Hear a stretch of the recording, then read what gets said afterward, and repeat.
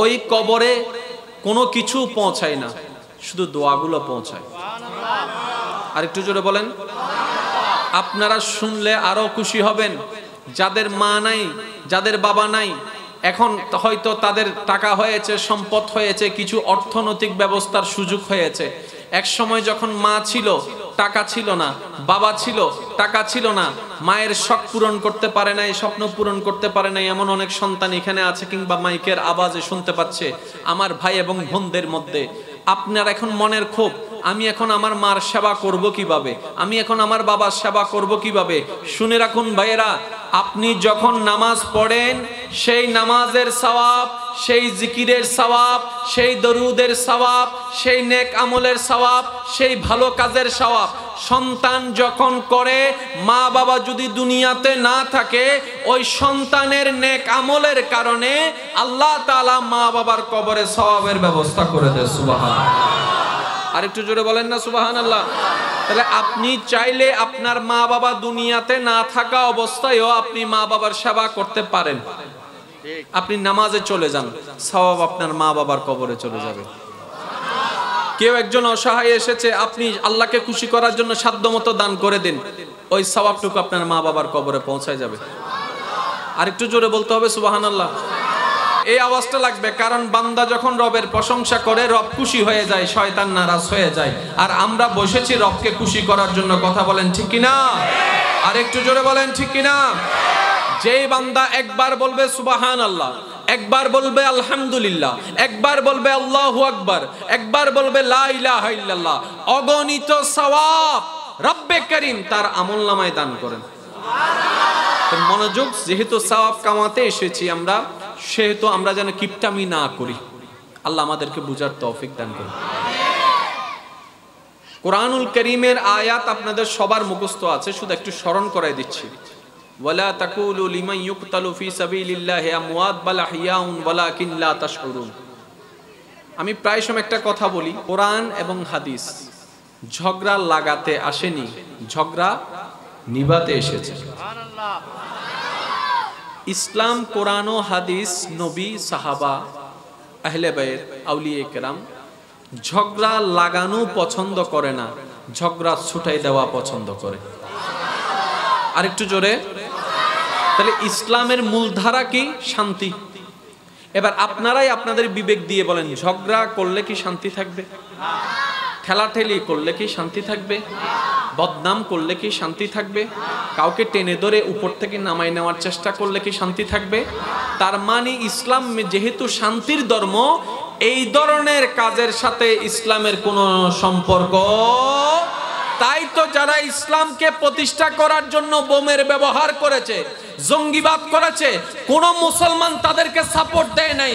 কারণ আমরা সবাই জানি বোমা দিয়ে ইসলাম প্রচার হয় না, মোহাব্বত দিয়ে ইসলাম প্রচার হয়। বোমাকে কেউ সমর্থন করেন? জঙ্গিবাদকে কেউ সমর্থন করেন? কোন মুসলমান, সে কোরআন হাদিস পড়ুক কিংবা না পড়ুক, সে কখনো বোমাবাজকে সমর্থন করে। এবার আসুন কোরআনের আয়াতটুকু একটু বুঝার চেষ্টা করি। মনে রাখবেন, বুঝতে গেলে প্রেম বাড়ে, বুঝতে গেলে প্রেম বাড়ে। সেজন্য জামাই বউয়ের মধ্যে যখন ঝগড়া হয়, প্রথম কথা কি বলে? তুমি আমাকে বুঝো না। কি করো না?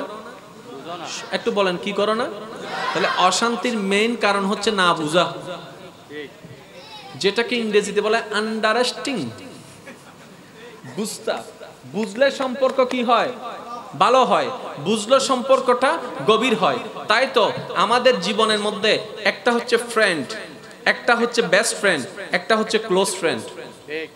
ক্লোজ ফ্রেন্ড কাকে বানিয়েছেন? যে আপনি না বলার আগে বুঝে, যে আপনি না বলার আগে বুঝে, তার সাথে তো সম্পর্ক ভালো হয়, আত্মার কানেকশন তো তার সাথে হয়, যার আপনার সাথে বুঝটা মিলে, মতটা মিলে, চিন্তাটা মিলে। আর যার সাথে মিলে না, তার সাথে এক ঘরের নিচে থেকেও কোনো শান্তি।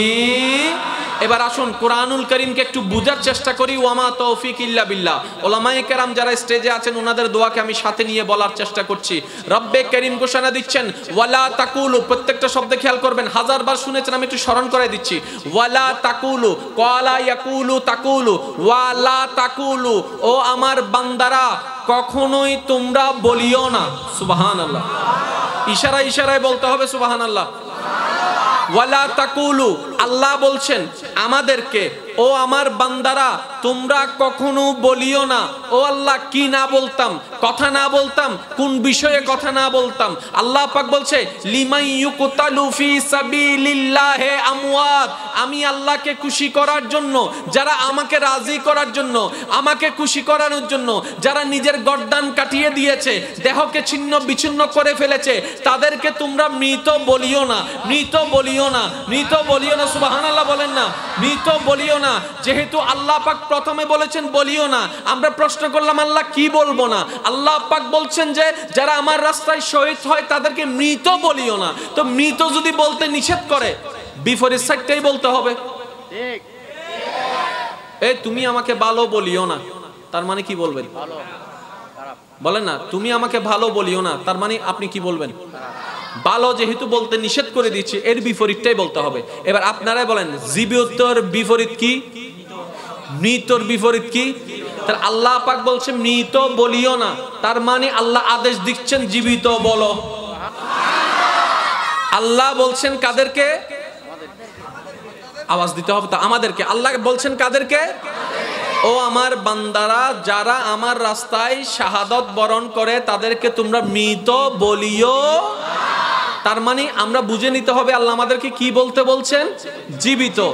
আমরা ভাবনাটা করার আগেই আমাদের রব আমাদেরকে আরো ক্লিয়ার করে দিচ্ছেন বাল আহিয়াউন, বরং তারা জীবিত আছে।